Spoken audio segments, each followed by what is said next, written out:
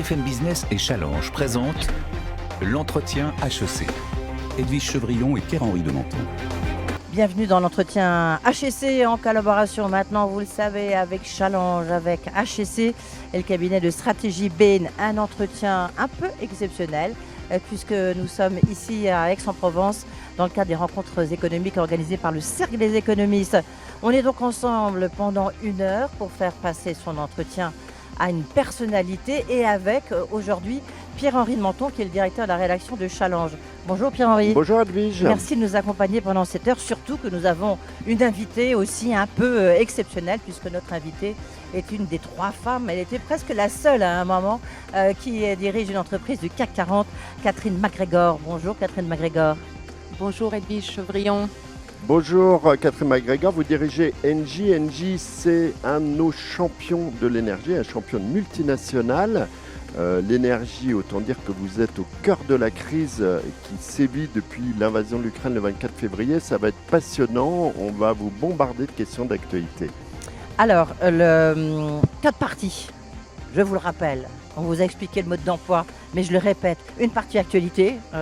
Il y a beaucoup d'actualités, je pense qu'on aurait pu passer l'heure du reste sur cette partie. Une question business plus centrée sur l'actualité d'Engie cette fois-ci. Un micro-trottoir réalisé sur le campus d'HEC et puis des questions des alumni.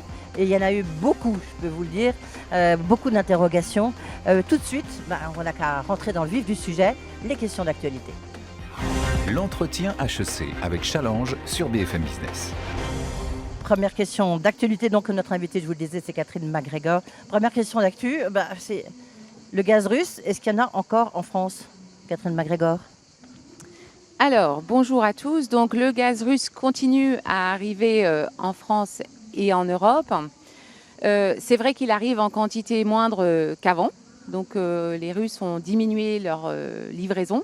Et ça, c'est vrai pour tous les acteurs, pour l'ensemble des pays européens qui consomment du gaz russe. En revanche, bien sûr, ce qui est très important, c'est de regarder tous les leviers que nous activons pour contribuer à la sécurité d'approvisionnement gazière pour cet été, parce qu'il faut remplir les stocks, et puis évidemment pour passer l'hiver. Alors, comment on remplace le gaz russe et où en sont les stocks? Alors, les stocks. Donc, en Europe, aujourd'hui, on est à peu près à 60% de remplissage. En France, à peu près à 65%. Donc, les stocks sont plutôt, disons, bien remplis par rapport à la période de l'année. Et nous activons tous les leviers pour parvenir à un quasi-remplissage, disons, à la fin de l'été et au début d'automne.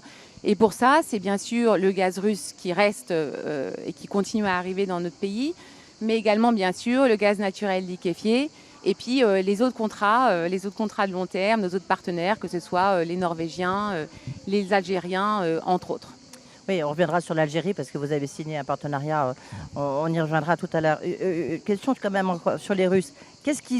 Quelles raisons vous ont-ils donné pour ne plus livrer du gaz russe?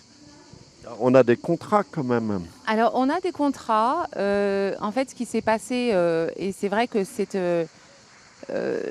une situation qui est différente de la situation passée, puisque les Russes, enfin notre fournisseur, a finalement livré moins que ce qu'ils auraient dû nous livrer. Et ça, c'est vrai que c'est un événement qui est un petit peu un marqueur dans cette situation. Et ils ont utilisé en fait une raison qui est une raison technique, un problème avec un compresseur. Maintenant, à nous tous de juger si cette raison est vraiment technique ou si c'est une décision politique. Ça veut dire quoi? Est-ce que déjà vous faites travailler vos avocats pour savoir s'il y a un trou juridique? Alors aujourd'hui, les contrats ne sont plus honorés. Et donc, bien sûr, nous prenons les mesures en conséquence. Mais vous retournez contre les Russes? Alors, je ne vais pas rentrer dans les détails de la manière dont on a de gérer nos contrats, bien sûr. Ça, c'est un petit peu nos secrets, Edwige Chevrillon. Mais ce qui est sûr, c'est qu'il y a une situation qui est différente de celle d'avant. Et donc, dont acte, nous en tirons les conséquences. Et surtout, nous sommes très, très actifs pour essayer d'améliorer et d'assurer la sécurité d'approvisionnement pour l'hiver prochain. Alors, une des conséquences, ça a été une envolée très spectaculaire des prix du gaz. On a vu que les prix du pétrole là, avaient énormément reculé, puisque maintenant, les traders misent plutôt sur une récession qui fait qu'il va y avoir moins de demande. Quel va être l'impact, on va dire, de ce ralentissement économique sur le prix du gaz? C'est pareil que le pétrole? Alors, évidemment, le marché du gaz aujourd'hui reste encore très contraint, très sous tension, en particulier parce que, il y a ce problème de livraison du gaz russe, mais également d'autres problèmes sur le marché. Vous avez peut-être entendu parler du problème à Freeport. Donc, il s'agit là d'un problème aux États-Unis. Une des usines de liquéfaction qui a eu un problème technique, et donc les États-Unis exportent moins de gaz naturel liquéfié. Donc, quand vous regardez la situation sur le gaz, il y a en fait plusieurs sources de tension qui font que, effectivement, les prix du gaz restent élevés, et ce malgré le sentiment économique qui se noircit, qui aura peut-être à un moment donné un impact, disons, positif sur les prix du marché du gaz, mais pour l'instant, en tout cas aujourd'hui, on ne le voit pas à cause de cette tension qui reste très forte et cette incertitude quant aux quantités de gaz russe qui vont continuer à venir en Europe. Ça veut dire, Catherine MacGregor, que les prix du gaz ils vont durablement rester élevés? Franchement, c'est très difficile de prédire les prix du gaz avec certitude, parce qu'il va y avoir bien sûr un impact de la demande, et selon la récession, selon l'impact de la récession sur les activités industrielles, on pourra avoir à un moment donné une réduction de demande, mais je pense que dans le court terme, le système gazier va rester sous tension, et donc... En tout cas, la crise, elle n'est pas finie, elle va durer, même si c'est difficile d'établir le prix du gaz dans 6 mois, on est bien d'accord. Et vous avez pris l'initiative de publier une tribune il y a quelques jours dans le journal Dimanche avec 2 de vos confrères patrons de l'énergie, de Total Energy et d'EDF, sur la sobriété. Alors pourquoi est-ce que vous avez fait ça? Les mauvaises langues disent c'est que vous avez pris les devants pour pas qu'on vous taxe vos super profits.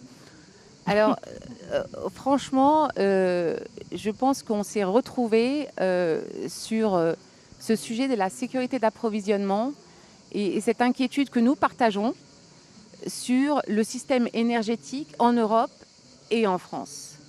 Et donc, en fait, on s'est dit, on a un problème avec le gaz russe, on a un problème sur le GNL aux États-Unis, on a un parc nucléaire qui aujourd'hui n'est pas à 100% de sa capacité. Il y a de la sécheresse en France qui affecte la production hydraulique. Donc on voit bien que finalement, notre système énergétique, il n'a plus beaucoup de marge de manœuvre. Et il faut que les Français prennent conscience qu'on n'a pas beaucoup de marge de manœuvre. On n'est pas dans une situation de crise absolue, mais que cette marge de manœuvre, on en a moins qu'avant. Et donc on peut commencer dès aujourd'hui à réduire notre consommation d'énergie, d'où le concept de sobriété énergétique. Parce que tout ce qu'on ne consomme pas aujourd'hui, c'est certes de l'électricité qui ne se stocke pas beaucoup, mais c'est aussi moins de gaz qui est tiré, sous-tiré et qui est utilisé, et donc nous prépare mieux pour l'hiver prochain. Il y en a d'autres qui ont dit, on va faire un peu les mauvaises langues, Catherine MacGregor, on est là aussi un peu pour ça. Il y en a certains qui ont dit, mais est-ce que c'est vraiment leur rôle de faire ça, de dire ça? Est-ce que ça ne serait pas au pouvoir public? Oui. C'est un peu bizarre de voir des producteurs dire consommer moins. Alors, moi, je pense qu'on a un rôle à jouer, absolument, parce qu'on a une vue sur ce système énergétique très particulière, c'est nos métiers.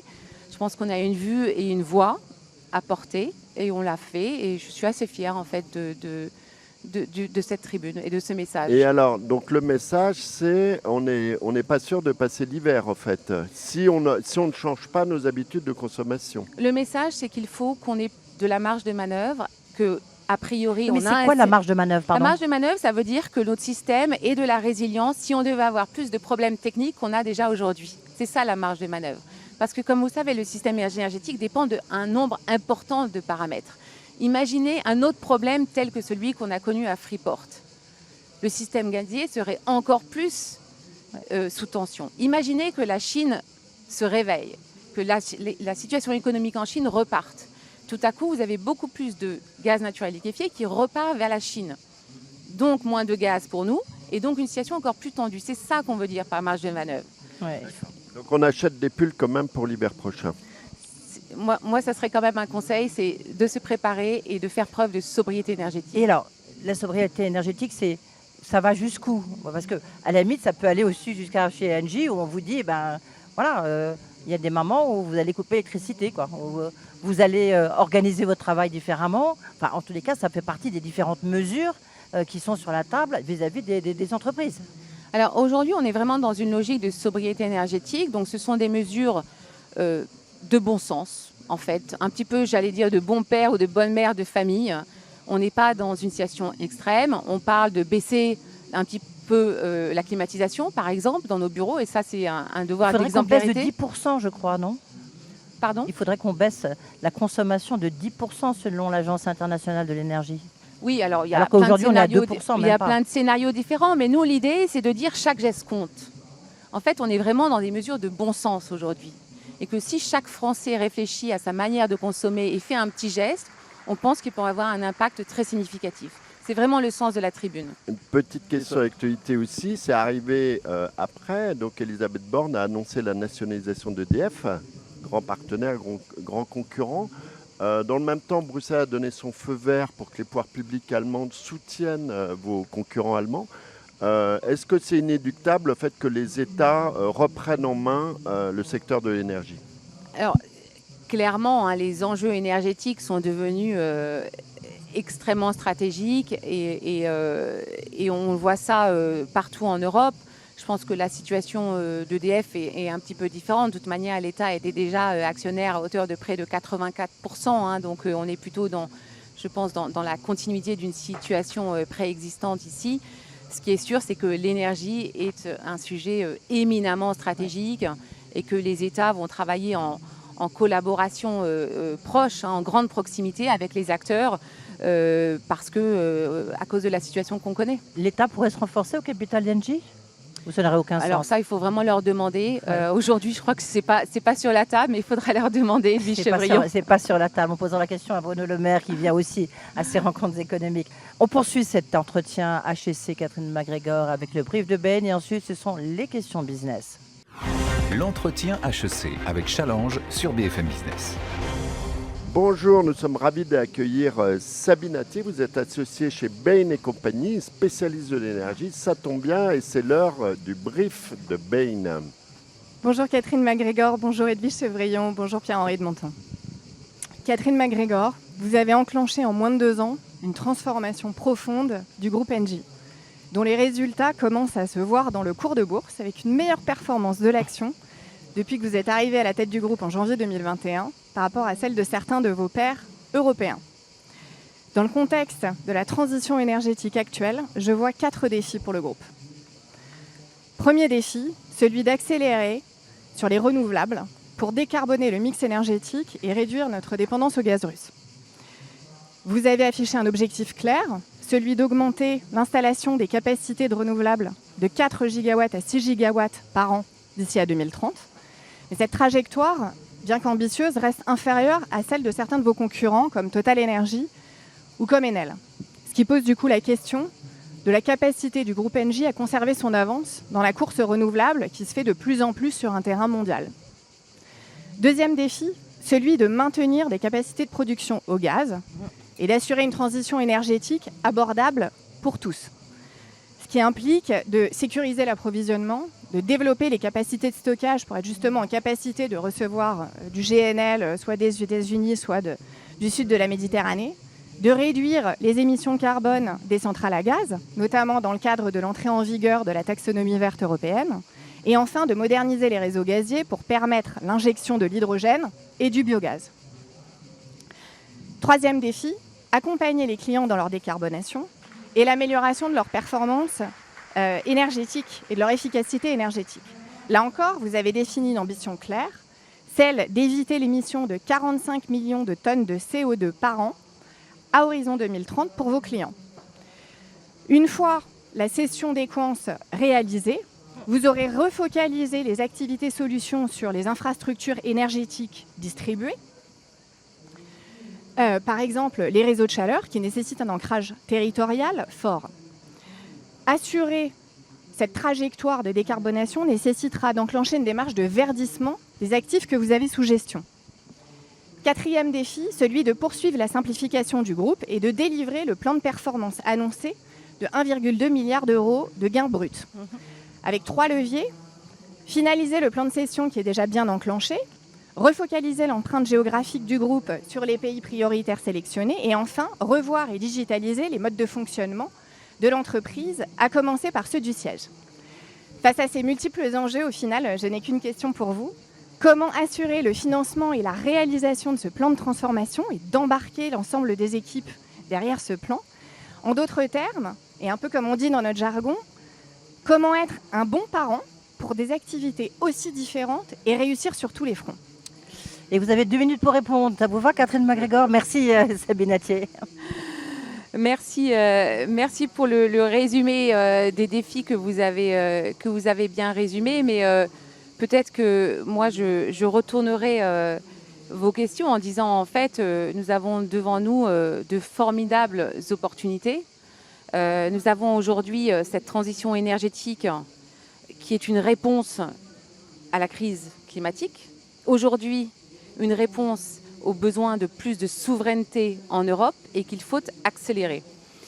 Et la transition énergétique, c'est quoi? C'est plus de renouvelables, donc renouvelables électriques, éoliens, solaires. Vous avez souligné nos ambitions, les 3, les 4, maintenant les 6. Une ambition que nous avons voulu à la fois forte, mais aussi crédible. Crédible parce que soutenue par un portefeuille de projets que nous savons, que nous connaissons, sur lesquels nous pouvons compter. Et nous avons vraiment mis l'accent sur le fait que nous allons faire ce que nous disons. On est très attendu, GNJ, sur notre capacité à faire. Et donc cette ambition, elle nous va bien. Aujourd'hui, on est le premier opérateur éolien et solaire en France. On est à 34 gigawatts en capacité globale de renouvelables. On va aller vers 50 en 2025 et puis 80 en 2030. Et on se dit déjà, faisons ça et ensuite, on verra bien. Mais c'est déjà une très belle ambition. Après, sur le gaz, renouvelable, vous avez cité quelques défis. N'oubliez pas bien sûr le biométhane et tous les gaz renouvelables qui sont évidemment le terrain de jeu pour Engie, puisque nous avons cette historique gazière sur laquelle nous allons nous reposer. Vous avez parlé de la décarbonation. Il n'y a pas un client aujourd'hui que je rencontre qui me demande de l'aider sur son chemin, sur sa transition de décarbonation. Et enfin, le plan de simplification performance. On est sur une transformation culturelle chez Engie, bien amorcée, pas complétée, pas finie encore, mais je suis très fière de ce que nous avons accompli jusqu'à présent. Merci beaucoup, Sabine Attier de Bain. Merci de ces questions précises. Il faut délivrer, c'est ce qu'on va essayer de faire dans cette partie question business. L'entretien HEC avec Challenge sur BFM Business.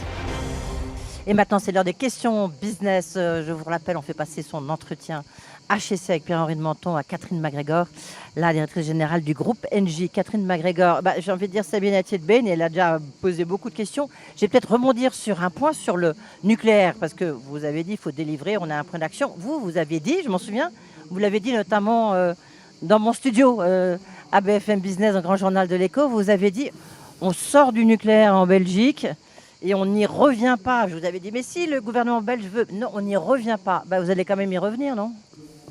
Alors aujourd'hui, la loi belge stipule encore que toute opération nucléaire cessera en 2025. Ce qui est vrai, c'est que la guerre en Ukraine change la donne pour beaucoup d'États en Europe qui se reposent la question de leur mix énergétique. Et donc le gouvernement belge nous a demandé de reconsidérer la possibilité d'étendre de 10 ans la vie de 2 des 7 réacteurs que nous nous apprêtons à fermer d'ici 2025. Donc une décision bien sûr tardive qui ne pourra pas répondre à la sécurité d'approvisionnement en Belgique en 2025 puisque on avait toujours dit qu'il faudrait à peu près 5 ans pour faire un tel projet. Et donc on a entamé les discussions avec le gouvernement. C'est 1 milliard d'euros qui est sur la table, c'est ça? Franchement, on n'a pas du tout... c'est le chiffre qui circule. Vous êtes un peu embrouillé avec le gouvernement belge. Il a voulu demander quand même beaucoup d'argent pour relancer ça. Ils ne sont pas tout à fait d'accord. Alors, c'est vraiment la question. D'abord, la discussion avec le gouvernement belge est très constructive. Très constructive. Et elle porte, bien sûr, sur des aspects économiques, mais surtout sur des aspects de risque. C'est vraiment les risques associés à une telle prolongation, décision tardive, dépendance avec la réglementation, il nous faut un changement de loi. Donc il y a vraiment un cadre régulatoire et législatif qui doit être mis en place pour nous permettre d'envisager une telle extension. Et les discussions portent beaucoup autour de ces risques et du partage équilibré des risques que Engie, bien sûr, légitimement, va rechercher. si nous entamons un projet de cette ampleur. Vous n'avez aucun regret de cet abandon que vous avez fait, que vous aviez expliqué sur le plateau d'Edwige, d'abandonner Entre le autres. nucléaire. Est-ce que ça n'a pas été une erreur a posteriori quand on voit la demande qu'il y a en ce moment pour relancer des programmes nucléaires, etc., partout dans le monde, que Engie ne soit plus sur ce Les secteur? centrales arrivaient à la fin de leur vie, d'une part, donc ce n'est pas une décision ou une volonté particulière d'Engie, c'était juste, il était temps. La loi belge en plus avait décidé que le nucléaire s'arrêterait en 2025. Et je ferai un commentaire pour dire que le nucléaire, c'est une affaire de long terme. On ne peut pas faire du nucléaire en on et off. On ne peut pas le faire à moitié. Il faut vraiment se projeter sur des décennies. Donc vous avez tranché. Et nous avons tranché. Engie a fait ses choix, a décidé de ne pas être un opérateur nucléaire. Si nécessaire et si nous trouvons les conditions de le faire, nous accompagnerons la Belgique sur cette extension. Mais nous n'avons pas vocation à devenir opérateur nucléaire pour le futur. On va parler de l'éolien offshore dans un instant. Juste un point important, la taxonomie feuilleton, mais qui, avec un rebondissement positif pour vous, le gaz et le nucléaire font dorénavant partie justement de cette taxonomie qui permet des investissements divers dans le gaz et le nucléaire. Pour vous, c'est quand même un soulagement ou vous dites ce n'est que momentané, peut-être? Ah non, moi je pense que c'est un soulagement et puis très en ligne avec le fait que pour nous, le gaz est un élément, le gaz naturel est un élément important de la transition énergétique, mais a vocation à se décarboner de toute manière. Donc la taxonomie. Donc c'est réglé, l'affaire, ça ne va pas revenir, parce que c'est un feuilleton quand même qui nous occupe depuis pas mal de temps, la position des 27 là-dessus, etc. Pour vous, ça y est. Alors écoutez, on va voir la finalisation, mais nous sommes assez positifs sur effectivement les avancées de la taxonomie telle qu'on le voit aujourd'hui.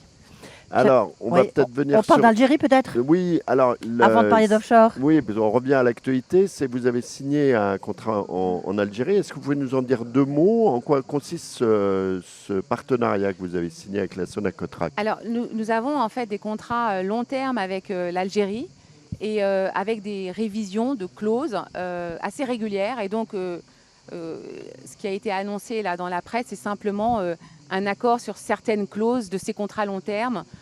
Donc simplement. Donc on sécurise quand même aussi on des livraisons sécurise côté et c'est algérien. un bon exemple de ce qu'Engie fait pour continuer à diversifier nos approvisionnements. Donc sur l'Algérie, avec la Norvège, etc., etc. Alors deux mots sur, vous parliez des renouvelables. Oui, il y a beaucoup de vent, du reste justement, vous êtes tous des grands signes, il y a beaucoup de vent. On parlait de l'éolien et en particulier de l'éolien offshore. Alors voilà encore un feuilleton, on en parle depuis très très longtemps. Quand est-ce que vous aurez des installations d'éolien offshore? Un grand acteur comme vous, est-ce qu'il va falloir encore attendre longtemps? Quels sont les problèmes que vous rencontrez?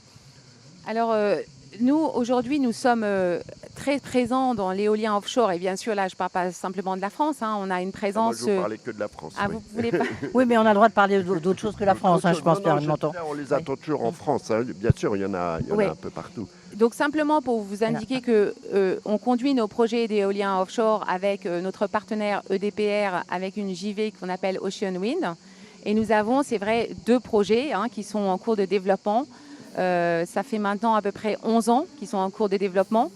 Nous espérons qu'ils aboutissent, disons, dans 2024, à l'horizon 2024-2025. C'est trop long, on le regrette.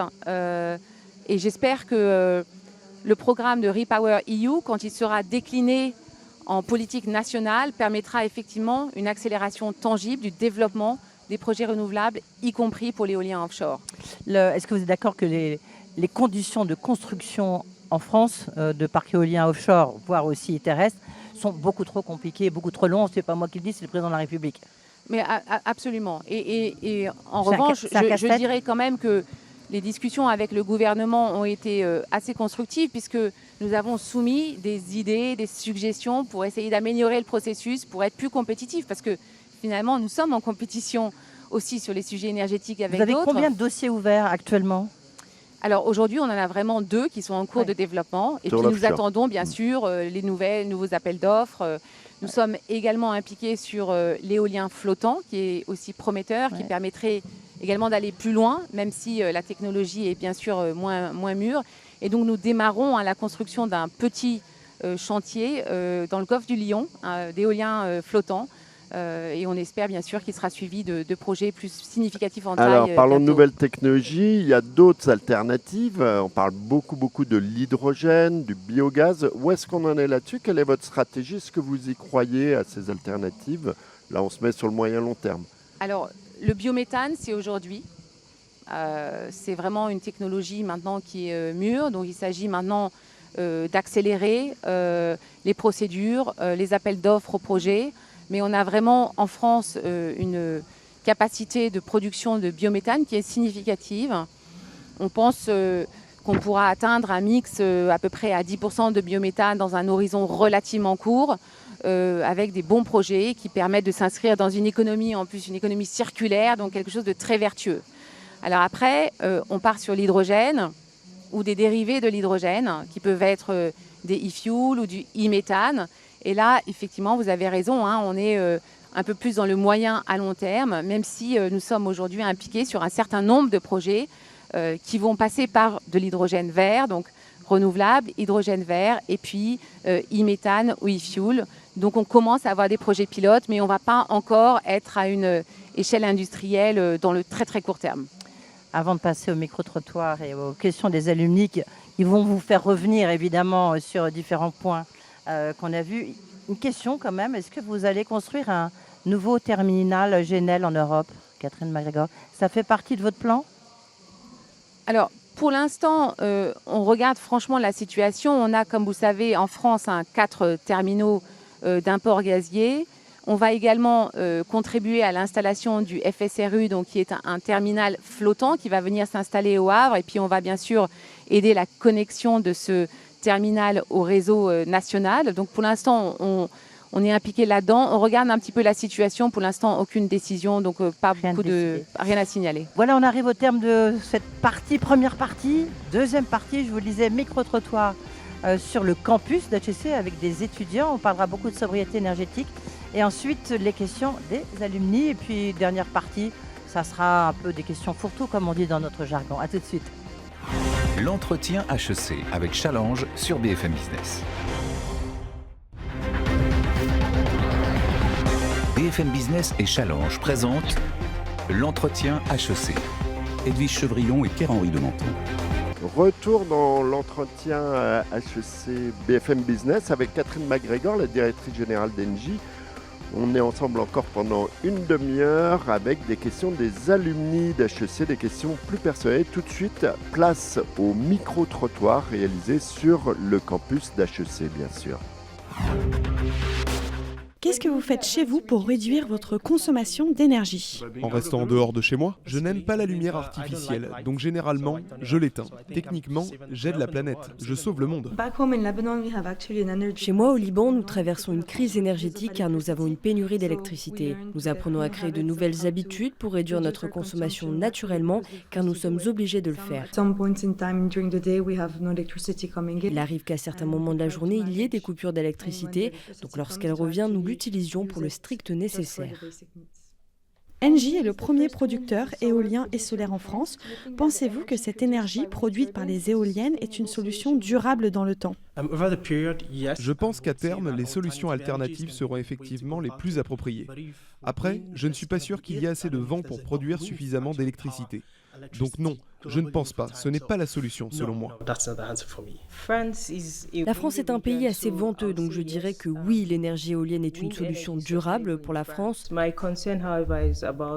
Cependant, ma crainte est qu'à terme, ça ne soit plus une solution très écologique, car les éoliennes ont une durée de vie limitée. Alors comment mettre cela en place sans impacter autrement l'environnement ? Au vu de l'absence d'alternatives, ou du moins de meilleures alternatives, je dirais que c'est une solution plus durable comparée à ce que nous avons vu par le passé. Il ne nous reste qu'à attendre une meilleure invention. Comment est-ce qu'Engie pourrait lutter contre le réchauffement climatique? Je pense qu'Engie est au cœur du combat contre le réchauffement climatique. Car en tant que gérant de l'énergie en France et même partout dans le monde, Engie doit continuer à prendre certaines initiatives, plus particulièrement pour trouver des solutions alternatives. Ils doivent continuer à développer les parcs éoliens ainsi que les solutions solaires.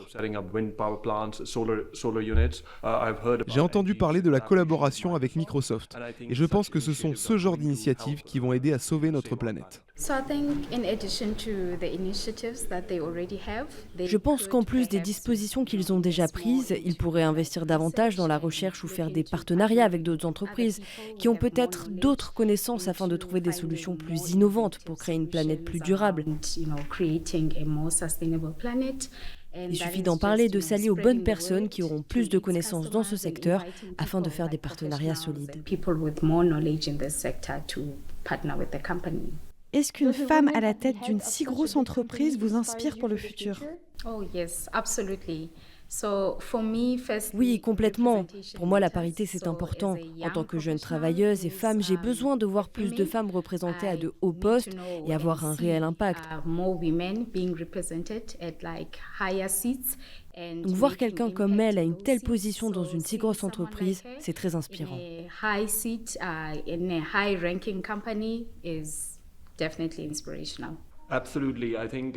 Oui, je pense que c'est une bonne manière de se rendre plus inclusif. Et je félicite Engie de se diversifier ainsi. Quelle question poseriez-vous à Catherine McGregor ? J'ai une question pour elle. Premièrement, j'admire beaucoup votre travail. Mais que faites-vous pour les entrepreneurs français dans le domaine des énergies renouvelables afin qu'ils trouvent des solutions alternatives qui n'aideront pas seulement Engie, mais aussi la France et la planète en général ?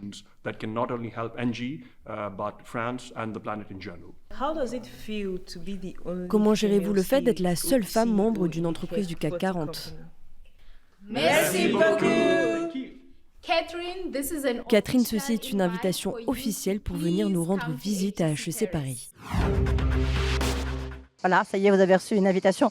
Ce qui est intéressant, c'est qu'ils sont tous anglophones. À mon avis, les Français sont déjà partis en vacances, les étudiants français. Plus sérieusement, innovation, sobriété énergétique, ils n'ont pas forcément la solution encore. Non ? C'est peut-être ça qu'il faut leur dire, trouver la solution de demain. Absolument. Moi, je suis absolument convaincue qu'on ne va pas y arriver sans les meilleurs talents scientifiques, économistes, commerciaux. On va vraiment avoir besoin de tous les talents, de l'énergie des jeunes. Donc oui, absolument. On ne va pas y arriver tout seul. Vous avez un problème de recrutement et de talent ? Alors, en général, je dois dire que Engie arrive à recruter beaucoup de talents de qualité. Il y a certains métiers, en particulier les métiers techniques, où on est un petit peu en pénurie, mais je pense que c'est vraiment, on n'est pas les seuls. En particulier les métiers très techniques, les techniciens. Et alors ça, en plus, vous cherchez des femmes, là c'est vraiment difficile dans ces métiers-là. Là, il y en avait, il faut aller sur le campus et puis voilà, vous n'avez qu'à accepter leur invitation. Catherine McGregor, c'était des propos à micro-trottoir recueillis par Sixtine Demier et Clémentine Impérial-Legrand. On poursuit maintenant les questions des alumni. L'entretien HEC avec Challenge sur BFM Business. On aborde la dernière partie de l'entretien HEC. Catherine McGregor, directrice générale d'Engie. Ce sont les alumni d'HEC qui vous posent des questions. On a eu beaucoup de questions, il faut reconnaître. La première question, elle est posée par Yasmine Abdoulaziz. Elle travaille chez Air Liquide. Tiens, on va encore parler de sobriété énergétique. On écoute. Bonjour Madame McGregor, je suis Yasmine Abdelaziz, HEC 2015 et collaboratrice du groupe Air Liquide en marketing. Ma question concerne la sobriété énergétique. Vous avez récemment lancé un appel à la réduction immédiate de la consommation énergétique. À court terme, le groupe Engie travaille-t-il activement à un scénario de pénurie? Et si oui, quels sont d'ores et déjà les leviers et les arbitrages qui sont envisagés? Et à plus long terme, dans un contexte de transformation énergétique et de réchauffement climatique, quels sont pour vous les leviers d'efficacité et de sobriété qui sont déjà à pérenniser? Merci beaucoup. Votre réponse courte, parce que comme il y a beaucoup de questions, mais réponse courte. Oui, alors donc les leviers de sobriété que nous engageons. Donc la question était sur un scénario de pénurie. Aujourd'hui, bien sûr, ce n'est pas notre scénario de base. Aujourd'hui, nous pensons que chaque geste compte, qu'il faut qu'on se donne plus de marge de manœuvre dans nos stockages de gaz, en particulier dans notre système énergétique en général, et donc que chaque geste compte. Donc, On a 3 axes d'action. Un, en tant qu'entreprise, bien sûr, on se doit d'être exemplaire. Donc là, on a pris des mesures nous-mêmes dans nos bureaux, par exemple, pour diminuer les températures ou augmenter les températures de climatisation. Ensuite, avec nos clients, où on leur propose des solutions de pilotage avec mon pilotage ELEG, mon pilotage gaz, qui leur permettent de piloter beaucoup plus finement leur consommation à la fois sur le gaz et sur l'électricité. Et enfin, un troisième angle, c'est bien sûr avec nos clients, tous nos clients industriels qui aujourd'hui ont besoin d'économiser leur énergie. On travaille avec eux pour les aider à trouver des solutions court terme, mais aussi des solutions pérennes pour consommer moins d'énergie. Merci Catherine MacGregor. La deuxième question, c'est Arnaud Léman qui la pose. Il est consultant. Bonjour Madame MacGregor, je m'appelle Arnaud Léman et je suis consultant en stratégie dans les énergies renouvelables. Je voudrais vous poser une question sur la prise de décision dans le groupe Engie. Comment décidez-vous de fermer un actif ou de le vendre, par exemple aux centrales charbon, et comment décidez-vous d'installer ou non des capacités de production dans ces mêmes pays ?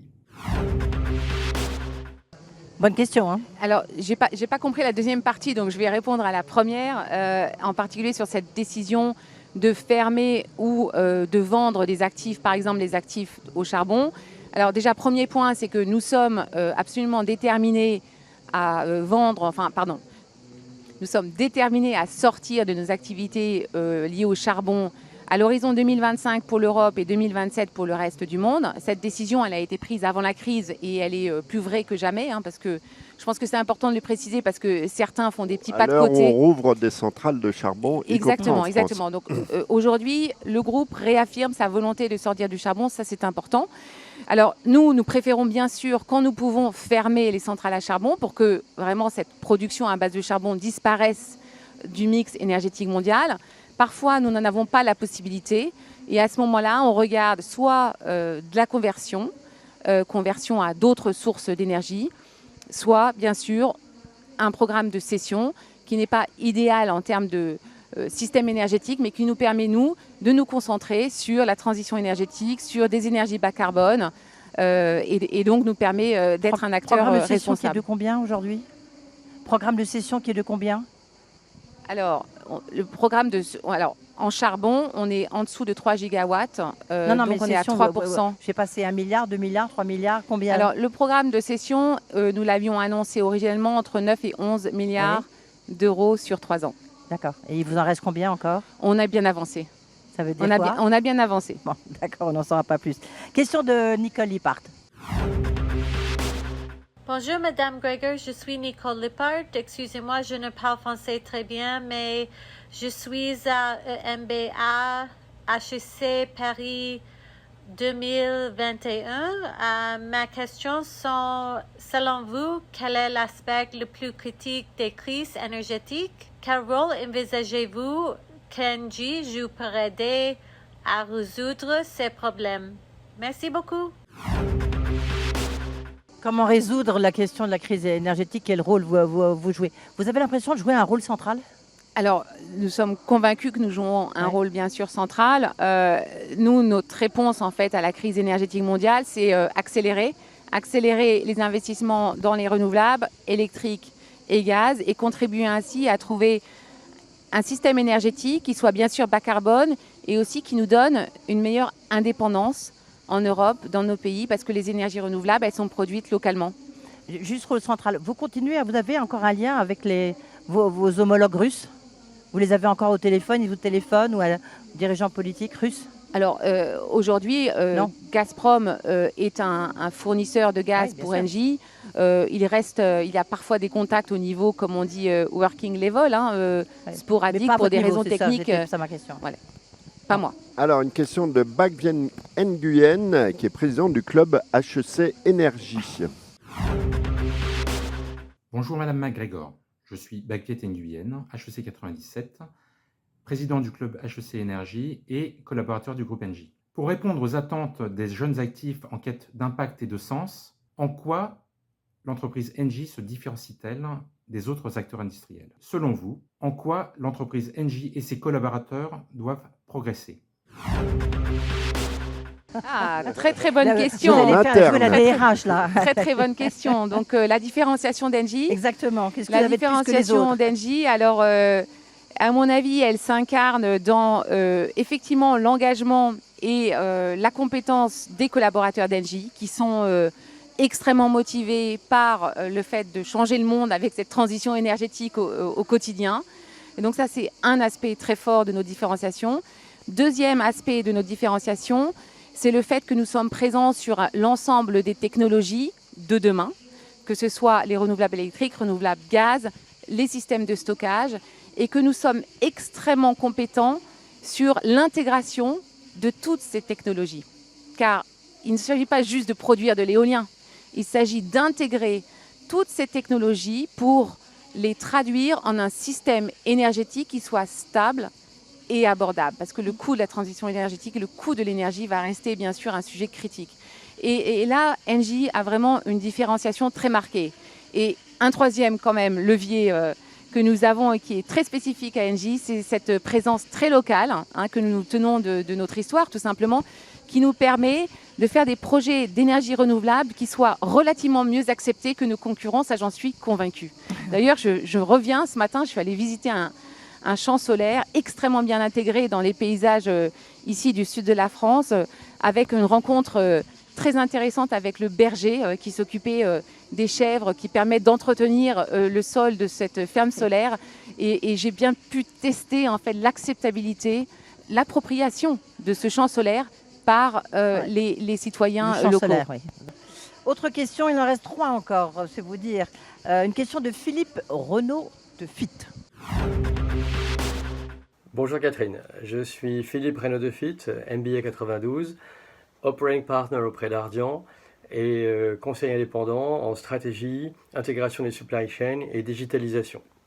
Voici ma question. Est-il imaginable qu'un jour, nous ayons les moyens de stocker l'électricité de manière décentralisée en installant chez les particuliers ou dans les lieux publics des batteries hydrogène ou lithium et éventuellement associées elles-mêmes à des sources renouvelables individuelles? Alors ce que vous décrivez, c'est un système énergétique extrêmement décentralisé, oui. Qui à mon avis va contribuer au mix et au système énergétique de demain. Je pense qu'il ne sera pas le seul, je pense qu'on continuera quand même à se reposer sur des capacités de production centralisées, mais qui viendront compléter donc ce vous système. Y croyez au stockage d'électricité, ça va marcher un jour?